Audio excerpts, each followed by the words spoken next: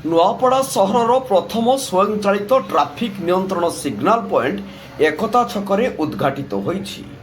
ବହୁ ପ୍ରତୀକ୍ଷିତ ପ୍ରଥମ ସ୍ୱୟଂଚାଳିତ ଟ୍ରାଫିକ୍ ନିୟନ୍ତ୍ରଣ ସିଗ୍ନାଲ ପଏଣ୍ଟ ଏକତା ଛକରେ ଉଦ୍ଘାଟିତ ହୋଇଛି। ଏହି ସମାରୋହରେ ମାନ୍ୟବର ବିଧାୟକ ନୂଆପଡ଼ା ଶ୍ରୀଯୁକ୍ତ ରାଜେନ୍ଦ୍ର ଢୋଲକିଆ, ଜିଲ୍ଲାପାଳ ମଧୁସୂଦନ ଦାସ, ଜିଲ୍ଲା ଆରକ୍ଷୀ ଅଧ୍ୟକ୍ଷ ଜିଆର୍ ରାଘବେନ୍ଦ୍ର, ବିଜ୍ଞାପନ ଅଞ୍ଚଳ ପରିଷଦ ନୂଆପଡ଼ା ଅଧ୍ୟକ୍ଷ ମହମ୍ମଦ ଆଦମ ଖାନ୍, ଜିଲ୍ଲା ପରିଷଦ ସଦସ୍ୟ Bhanupratap Singh Majhi, trade union president Saroj Kumar Sahu ଅତିଥି ଭାବେ ଯୋଗ ଦେଇଥିଲେ।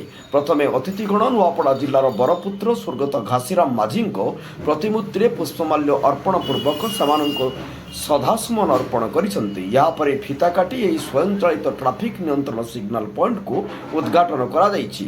ସୂଚନାଯୋଗ୍ୟ ଯେ ନୂଆପଡ଼ା ସହରର ଏହି ବ୍ୟସ୍ତବହୁଳ ଏକତା ଛକରେ ଏହାର ଆବଶ୍ୟକତା ବହୁଦିନରୁ ଅନୁଭୂତ ହେଉଥିଲା।